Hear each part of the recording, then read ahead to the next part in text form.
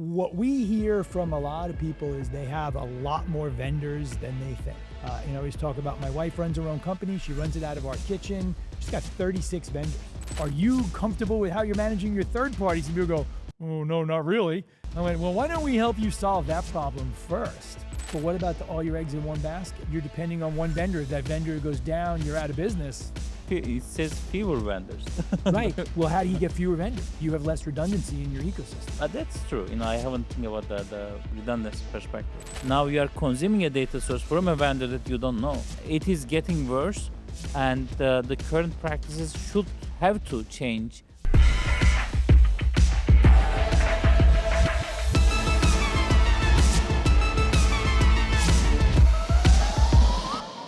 Greetings and salutations, one and all. Welcome to today's episode of Third Party. So today we're going to talk about something that is super interesting, and it also is focused on a word that I think is a weird word. So we're going to talk about vendor sprawl. Sprawl. It's it's like a word that sort of sounds like what it is, right? So what we hear from a lot of people is they have a lot more vendors than they think. I always talk about my wife runs her own company. She runs it out of our kitchen. She's got 36 vendors. Right? Mm-hmm. I poll audiences from stage all the time. How many think you have 100 vendors, 1,000 vendors? And I said, I guarantee you have more than you think. So as we start to sort of continue to have this sprawl and expansion, what are some of the bigger challenges that you're seeing? So I'll start, Ferhat, with you. Because you're seeing it sort of from the back end, right? Because you're seeing all the connectivity and all of the data moving around. And what are you seeing in that sprawl? Before that, let's play a game. Okay. How many apps you have on your phone? Do you have a guess? 200. 200. Yeah. Do you want to check right now? No, I probably got more than 200. Probably more than 200. And there are some hidden apps that you don't see. Right. That system applications that you don't see, you don't manage, right? So actually you have much more than that. So if you ask this question to anyone, believe me, they will guess wrong. They will say, I heard like, I only have 20 applications. No way that you have, even the default number of applications is more than 20. You got more than 20 on your laptop. Yeah. So it is the same thing for the business. We have lots of vendors that we use that we are not even aware of. Sometimes our employees, they download some rogue application and they start using that we are not aware of. I think you just gave Bob a heart attack with rogue applications. I always have a heart attack. And now we have rogue agents, by the way. Yeah. That's what gives me the heart attack. Yeah, that is the Shadow IT, the AI version of Shadow IT, it's going there. So the number of applications, number of vendors, number of systems, number of integrations that we have is usually what is written on the paper. Even though we have so many, tracking processes, still we need to be more vigilant about them. Of course, how we manage them is another question, but to able to manage them, we need to be able to see them. That's the first step that we need to take. Yeah, so I have to go get my antacid for this call. It's a nightmare for anybody that's in the role that it's their responsibility to manage them, because you've got this balance. Most employees are not doing this maliciously. Very few do. They're doing this to make their jobs better, to do what they're trying to do for the company, to improve, to do faster, to do more. We always hear you have to do more with less, and the way you do that is you get new apps that do cool stuff, and it's really easy to go out and add an extension to your browser, and now you've got AI in your browser, and you have no idea what permissions you've given it. And right, and then you realize it doesn't help, and you leave it. And it's still there and still connected. On the downside, the flip side is that we just block everything. Whitelist. You're only allowed apps that we approve. Well, if you have a big IT staff to handle all the requests when people need stuff, because at the speed of business, IT typically does not run at the speed of business.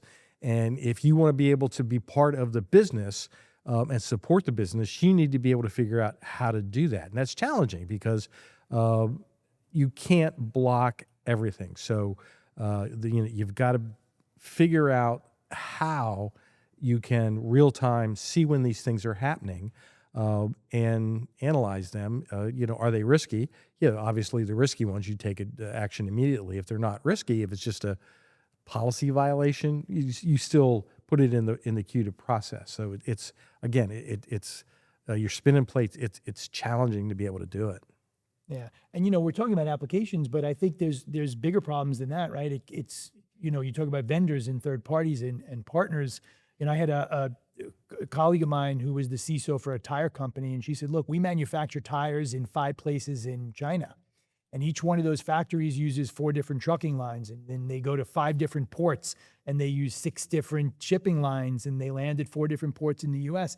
So there are all of these sort of extended ecosystems, and we've talked about nth party sort of ad nauseum, but I think that really sort of pushes the sprawl well beyond our ability to manage. I mean, it really pushes it beyond our ability to discover.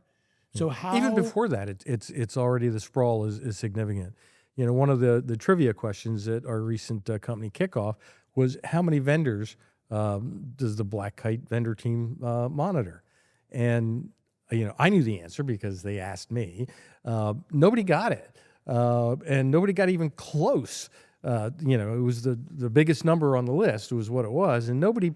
Oh, we don't have that many, and that doesn't even include that shadow IT, the ones that people pop up every day and go away. And I think, especially after COVID, with the high level of digitalization, we introduce more and more vendors into our systems, right? One of the application that we introduced, there was a story behind it, is desk reservation, right? After the COVID, people were coming back to the office, but there was not assigned seats. So and there were limited spaces, you reserve a desk, right? One of the very large companies, they were using this vendor, and this vendor experienced a data breach. And because of that, many credentials of that large company got exposed. And you know what? That rest reservation application was not in their TPRM process. They were not even, managing the risk on that one. Right. Because nobody's paying attention. No one asked the questions, and especially in large organizations with the decentralization. Yeah. And I mean, it's great that we have flexibility where you can put a credit card down and buy a cloud app. But I kind of long for the old days where you couldn't do that and you had to go through IT to get access, and it's just not the case anymore. And I think a lot of it is, well, I need this. IT, you mentioned, moving at the speed of business. I need this. IT says, well, I need 3 months to get you an application. I can't wait 3 months. I got a job to do that I'm comped on. My boss is going to punish me or yell at me, or I'm not going to get my bonus. So how have you seen people be more successful around discovering, we'll talk about managing shortly, but what are people doing to discover all of these additional things? And can we ever get to a situation where we really have full, or at least close to full, visibility? Yeah, and I don't want to talk about any specific platforms, but there are companies that they do this. One of the things that I use is we're a Google shop, and if people log in with their Google credentials, that data is visible to me. So that's one of the ways we discover, and there are other ways to discover, depending upon what your tooling is. I would recommend that you talk to your identity access person, whoever that is at a senior level in your organization, and learn to be able to see where the data is. The data is probably there somewhere in your stack. You just have to feed it in. Some of the better, endpoint detection programs, and since the CISO is my 8th cousin, I'll mention it, Tenable. They actually have part of that. They can see the shadow IT in that. They're not the only one. There's others. So being aware that it's going to happen, understanding where you can find the data that's going to tell you that it's happening, and then comes the fun part, building the process. Because you can block it. That is one way to do it. but be prepared to become the enemy of the business. And ultimately, I believe CISO and IT that we're there to support the bottom line. So you have to figure out how you can do that at the speed of business to enable people to do the jobs they need to do successfully. And people are always going to find ways to block that. I was just listening to an audiobook of one of my favorite sci-fi books called Steel Beach by John Varley. And in that was a line that says, no lock has ever been created that somebody has not been creative enough to bypass. Yeah. Right. And in fact, the full visibility, I mean, you can do everything and you should do everything that you can, but full visibility is a myth. Like at some point, you cannot have the full visibility. Imagine a scenario that a salesperson comes to you saying that, hey, I found a great app that you can send mass SMS to, these customers or these prospects. And when you say that, I don't see that on my system. He said, I downloaded it on my personal phone that I'm using from that. You don't have any visibility to that. Right. Yeah, you're right. Total visibility, you can get close. You can But get close. To Jeffrey's point, there's always a way that I really need. I know they don't want me to have it, but I really need this because I got to hit that sales quota, or I got to do this, and this is going to help me do it. So it's a personal motivation, and it's not malicious. They're trying to do their jobs better. So how do we? But that comes back to a broader problem, which we won't talk about, which is that we have a bunch of people whose goals don't necessarily align, right? Salesperson's got to get pipeline, got to close sales. They don't have any security in their MBO, right? They don't have risk management in their MBO, and that's cultural and organizational problem, way bigger than we're going to solve. Yeah, that's another episode. Yeah. Do we think Sprawl is getting worse? I'm not joking. I thought it was a rhetorical question. It was either I was going to laugh or cry, one or the other. I don't want to cry, on camera. So Do you see an end to that, or do you think it's just going to keep getting worse and worse and more sprawly? I don't think that's actually a word, but well, it can be a word. You make your own word. Yeah, I don't see an end to it. It's especially with AI. Everybody has their platform. You don't know it. They plugged AI in it, and their AI is a third party. So now you've got a fourth party that's coming through your back door you don't know about. And there's so many AI plugins. If you look at the Google Chrome store, what's available? You can block everybody. That's right. And you also talked about pass-through authentication, right? How many times you go and you download an app and it says, oh, you can log in using Google or Amazon or Facebook or whatever. Yep. And, I guess there's some level of visibility there. But here's the thing, even if you have full visibility, which we agree you can't get to, then you got to manage it. Yeah. We have 150 people at Black Kite now, 160 people, something like that. I talk to people who have 100,000 employees, right? 200,000 devices or more. So how do we sort of figure that out? And I know we don't have an answer necessarily, but so let's assume in a perfect world, we get full visibility. Then what do you do with that visibility? How do you assess the risk of 100,000 applications or 100,000 vendors, partners, third parties, nth parties? You get good at sending questionnaires. But that's what people are going to do. Or you use AI automation to help you with those assessments that are based on identifying risk. There are ways to do it. Whether you have the wherewithal to go through the process of getting that set up. I know one of our large customers, they have a problem with the size of that vendor sprawl. I know it's over 70,000 vendors, and being able to build a process that uses really good data to help make decisions on the risk levels, to be able to automate that flow through the process is the value. That the data has been validated. The levels of the data, they have been human involved in understanding that risk and being able to automatically process through the system to different points. So having that kind of a program is key. If you really want to get it, because you can say, well, yeah, it'll be 3 months until the team can get to assess it. Or we can get, a quick assessment. There are certain red flags that will tell you no. If the developer's country of origin is something you're not comfortable with, obviously that's one that you can, slow and you can down. look regulated data, Yep. criticality for delivery, right? Yeah. Yeah. So But I the- refer to that as pre-assessment. Yes. But the current practices will not be the solution for the future problems.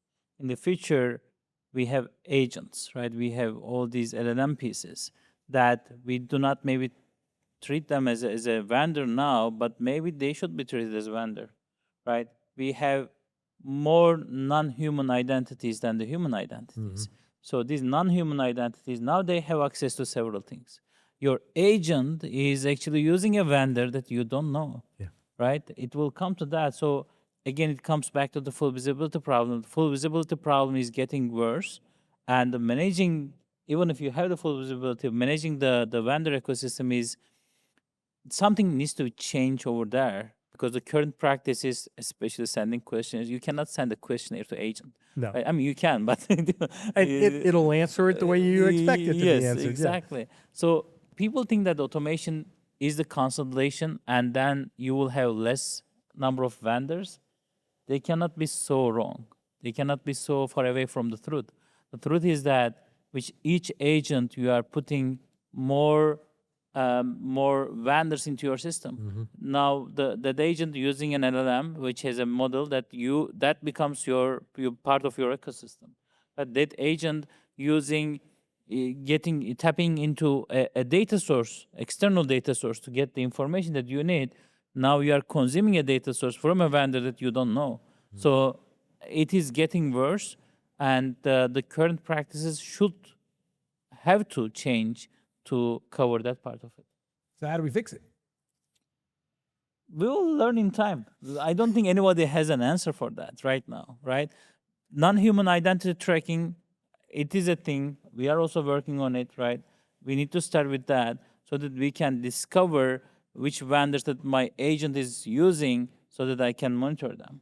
So I'll give you a statement. Tell me if you agree or disagree. Identity is the new perimeter? Sure. Yeah. Yeah, Okay. I'll give that one a sure. That's that. Yeah. Yeah, It's a sure. Well, we can say Depends. depends now. We No, just no. can't say it Oh yeah, later. that's right. We Oh, can, instead yeah. of depends, we will Yeah, say sure. it's good now, yeah. It's good now. And you talked about sort of the change. I had a former friend and colleague of mine he was the director of standards and governance for a very large insurance company. And when he stepped into that job, they had 67,000 applications, and his job was to cut that by half. He got it down to about 18,000, so he actually exceeded that. He left that job, and a year later, they were back up above 67,000. And now, to your point, with bringing in an agent, hiring a vendor who's then going out and doing this, and a lot of it goes back to the old GE model under Jack Welch, which is if we're not one or two, we're going to hire someone to do it for us. Yeah. And the agents are doing that. And I think we've talked about this before. Our PR firm makes us write these predictions, and one of my predictions was that half the AI vendors are going to be out of business this year. And I think that's probably going to be more than that. But then we have, 10 times as many coming in. And then, we get, spinning up of like Claudebot, right? As an example. And, all of these API connections in some of these agentic platforms, and people go, oh, I'm going to give it access. Well, what if that thing gets owned and now the bad actor has access to my LinkedIn and my Google and my Amazon? And So historically, InfoSec people, used plausible deniability. I'm not going to ask. I don't want to know. And if something happens, I didn't know about it. And times have changed. Yeah. Because the response is, well, you should have known about it. Yeah, but I still think that some people kind of think that way. That they're willing to take that chance. We don't know about it. Nothing's going to really come from there. No, I'll deal with it when it happens. Type of attitude, and that works until something bad happens, and then you don't want to be that CISO that made that wrong decision. And I mean, I get people coming up to me at events all the time and say, "What are you guys doing for fourth and fifth party at Black Kite?" And I go, "I have a great answer for you, but I'm going to ask you a question first. Are you comfortable with how you're managing your third parties?" And people go, oh, no, not really. So I'm what like, do you well, why what do don't you we want help you solve that problem first? Yeah. So let me kind of circle back and kind of close up a little bit. My sort of contention is that one of the things we need to do to make this better is we need to make it easier for people to procure the services and products that they need. So some of that is process, some of that is that kind of pre-assessment that we talked about, which is, why don't you answer these 4 or 5 questions, and then based on that, we'll tell you, you know what, just go ahead, and then we'll put it in the queue, and if we need to do a further thing. What do you guys think about that sort of process, right? Like, let's make it easier rather than harder, with the understanding that maybe we will pick up some risk we don't want. Yeah, and my preferred process is that there's a group of vendors that we know that employees need to use. So we have a list of approved, and we're implementing something new that it's going to make it easier to get access. That you don't have to go through a process. That you're a Black Hat employee. You're in the category that can use these. You can just go out and you have them. Ones that are known to us, ones that have been assessed, ones that authentication is done correctly. And we're going to add to that process that if there is a vendor that's not on here that you need to use, who is it? Why will one of the vendors that we currently have not work? And if you've got a business case, then, well, guess what we do? We go out and bring that other vendor into the pool. Now, the day you get started, it's not easy because you can't do everything. But as you're building that list to make the employees, go to a menu and be able to pick. Oh yeah, AI. I need to use AI, and you'll be able to see, well, what AI vendors are approved for your the employee group that you're in, and then you just click, and now you have access. To me, that's the best way forward. Right, so making it easier. Yeah. But that will work for contractual vendors, right? When you have a contract. What I see, and in the investor community, people also talk about that, there are SaaS startups replaced by a simple, AI agent or a code, right? So when you have a SaaS company as a vendor, it's easy to track that. But when an employee discovers an AI code on a GitHub or a Hugging Face, then they can download and use it instead of using that SaaS platform, then how do you track that? And there's no contract, right? You cannot put GitHub as the vendor, the GitHub is not the vendor, right? So how do you track that? How do you manage that risk?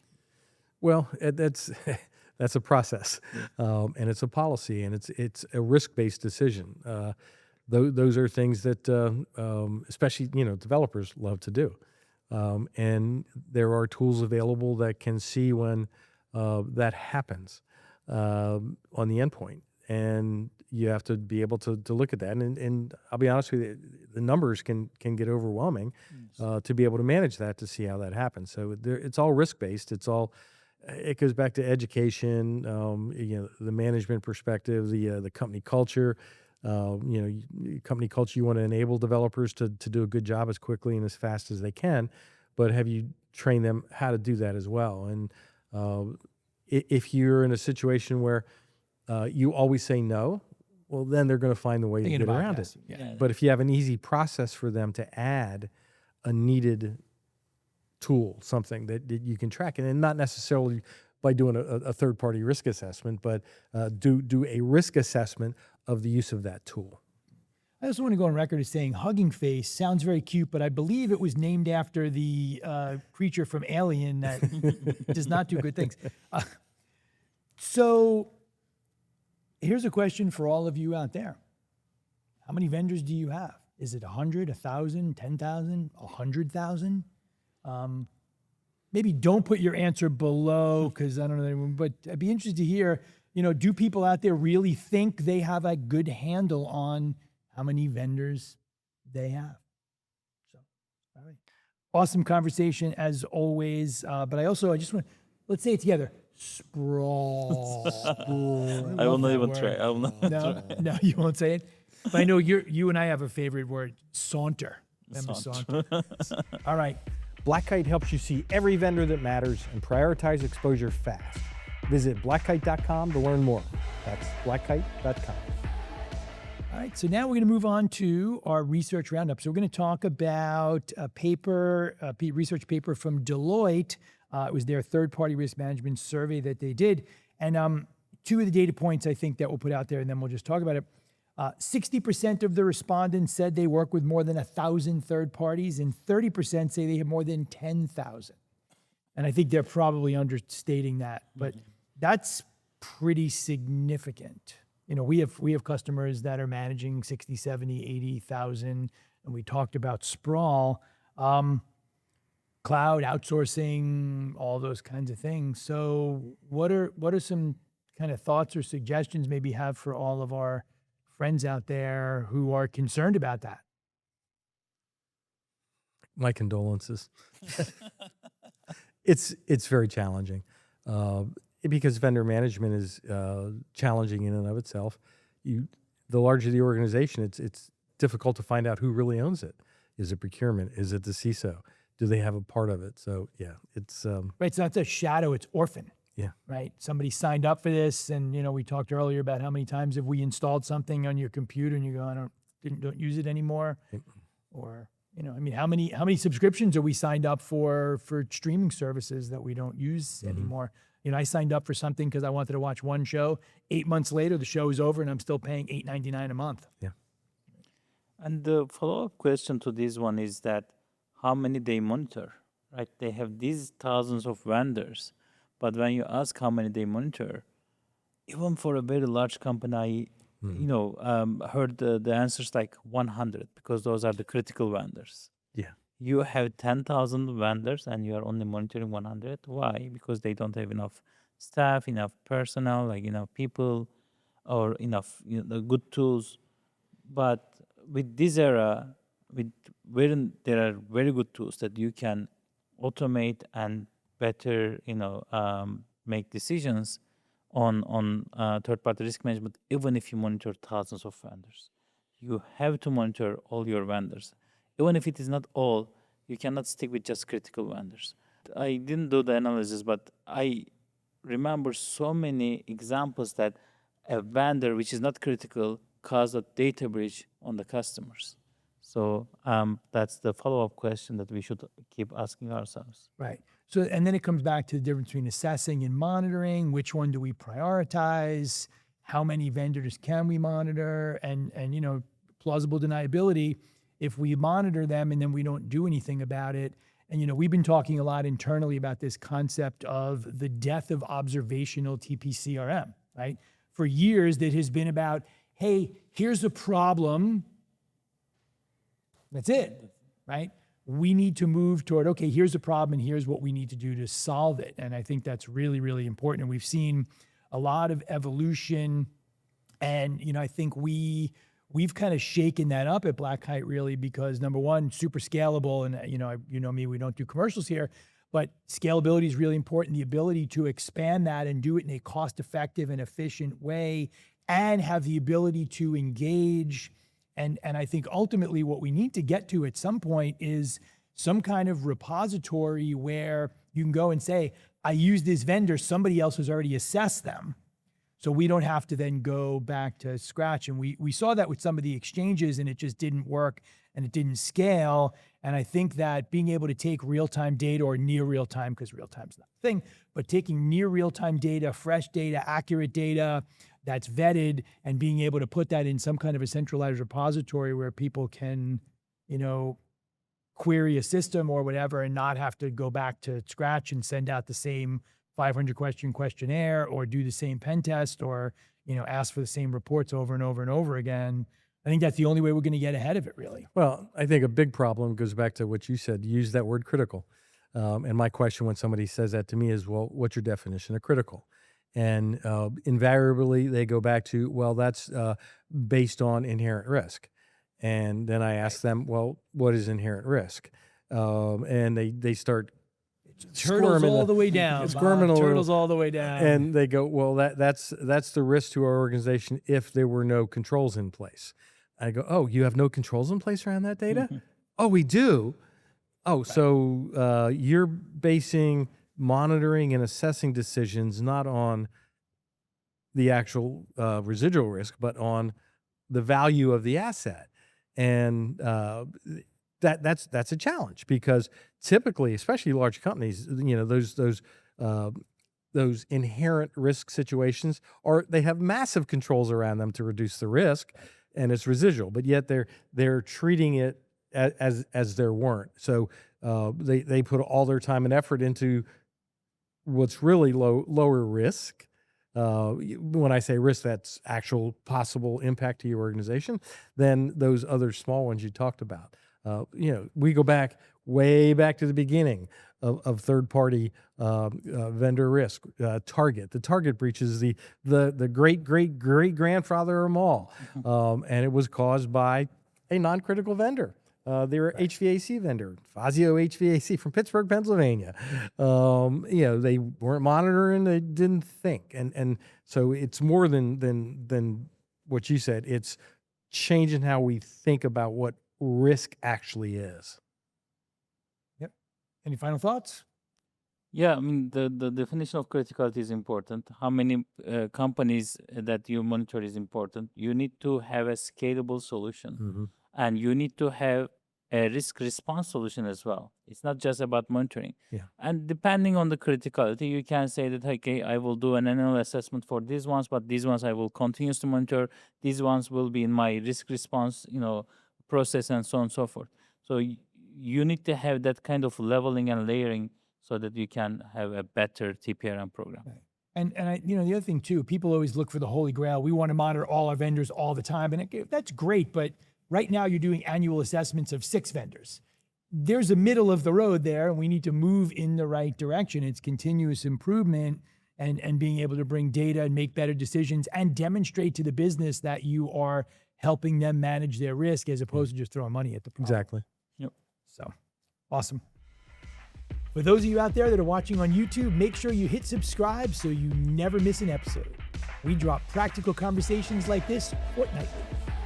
Agree or disagree, gentlemen? So I'm going to give you some statements, and no depends, Bob. Thumbs up or thumbs down, then we can kind of talk about them. So first statement, fewer vendors equals less risk. Really? Yeah. Okay. I know why Bob and I, yeah. I'm looking from a very basic math perspective, right? More vendors will introduce more risk. If fewer vendors, it's easy to manage so that you can have, a reduced risk mitigated Right, risk. but what about all your eggs in one basket? You're depending on one vendor. If that vendor goes down, It's you're not out one of vendor, business. it says fewer vendors. Right. Well, how do you get fewer vendors? You have less redundancy in your ecosystem. That's true. I haven't talked about think about the redundancy perspective, but yeah. Yep. Yeah. So there's the resiliency, obviously. The services that you provide, the larger company you are, you have to have resilient vendors. But I look at it more from the end user perspectives. The fewer vendors, that means that those people that More want shadow. to go around and create Oh, the I shadow see. IT. Yeah, So okay. I didn't even think it about that. introduces it reduces vendor risk, but it introduces a different kind of risk, the shadow That IT is true, risk. So Yeah. I like that, because that's something we talk about all the time, right? There's risks. What we do is important. What we look at is important, but it's only one facet. But Yes. there's this much bigger thing. All right, awesome. Second statement: more tooling solves the visibility problem. Can we say sure? Yeah, I'm Sure. not- Sure, yeah. Sure. So Why not? here's my take. I think that it solves some of the visibility problem, but I think then we end up with too much data analysis paralysis. So I think it's a little bit on both ends there. So I'm not going to say the D word, but it does. Yeah. So more tooling is it's great. I manage all these platforms. I need all these people. I need all these budget. It levels up my importance, because we have to have all these tools to do all these things. And I've known CISOs with that type of a mentality, and sometimes it's because, well, you don't really know what you want to do. Right. So you try. It's the shotgun approach. I think being more precise and precision and understanding where the risks that you're facing are coming from, and looking for tools that can address, nothing can address everything. Actual problems. Yes, exactly. What a novel idea. Yeah, being strategic about that. I think not more tooling, but maybe better tooling or appropriate tooling might be the right And word there. That's a challenge that I see working with very large companies too, because their gut is to buy a tool. Yeah. And in a previous role, one of the things I used to do is I would look at here, give me a list of all your tools, and I go, these 4 tools, they basically do the same thing. Yeah, but they're bought by different departments. Right? Okay, but you're spending 4 times as much money as you need to. Yeah. Any thoughts on? Well, I mean, your whole raison d'entrée is based on more data, right? yeah, but still, I mean, more data doesn't mean that more visibility, right? Especially if the tools are contradicting each other. Yeah. Right. Then you have a real problem because you cannot decide which ones to go. In philosophy, there's a thought experiment. I will probably mess up the philosopher's name, but it is Barendingen, something like that. Barendingen's donkey. So there's a donkey in the experiment, and there's a 2 haystack. Donkey is just in the middle, and the donkey cannot decide which ones to go, and because they both look delicious, then it dies because of the hunger. So we have the same thing when we have too much tools that you cannot decide which ones to use, and eventually you pick a favorite and you keep using that, but you are keeping the other tools. Why do you keep the other tools? Just get rid of them if you trust one of them, right? Right. Yeah. I like that. So the ass can't make a decision because doesn't know what pile of hay to eat. Yeah, sure. Well, if you've ever seen, there's a great movie, Minority Report, right, where they have these 3 precogs who are looking at the future, and if one of them disagrees, they just throw it away, even though it might be the reality. So, all right. And then the third one, and I already know what we're going to say here, procurement should be the gate for everything. Everything? Yeah. But it says everything. Really? Yeah. All right, I got to hear this one, Bob. It's about the money. So if you're going to get a vendor, you have to spend money. And who manages the spend? Procurement. Yeah, but you talked about the speed of business. Procurement, they're not the most efficient. For all my procurement friends out there, please don't be angry with me. Just because I say it should doesn't mean that it's the right way. Today there's no good way. It's managed everywhere. But you look, well, who if not procurement, who? That's my question. If you're giving a thumbs down to procurement, who do you think it should be? Should it be the chief risk officer? Well, they still have to involve procurement. Depends. Should it be the CISO? Should it be the legal? I mean, you get into that. Should it be? Because they all have a piece of the pie. But the bottom line is it's about money on both sides. It's about spending money on the tool or the vendor, and it's about what was the business impact analysis of the purchase. How is the purchase of this tool going to impact our bottom line? And I think that's where those things happen usually is at procurement. And that's why I think it should be there. Okay, interesting. Well, I mean, not everything goes through the procurement though, right? There are Shadow IT doesn't, IT, obviously, yeah. That's why. But it should. Once you find it, that's where it should go through. Yeah, I think in larger organizations that's true, but I think in smaller ones, Ferhat's right. I think people are dropping their credit cards. They do in bigger organizations too. And I know for a fact in smaller organizations, they drop their credit cards. All right, awesome. Next time, we're going to get specific about dollars, euros, pounds, and yen. How do you actually put a price tag on a third-party breach? And what happens when the numbers shock your board? Remember, cybersecurity doesn't thrive in the shadows. It demands daylight. Until next time.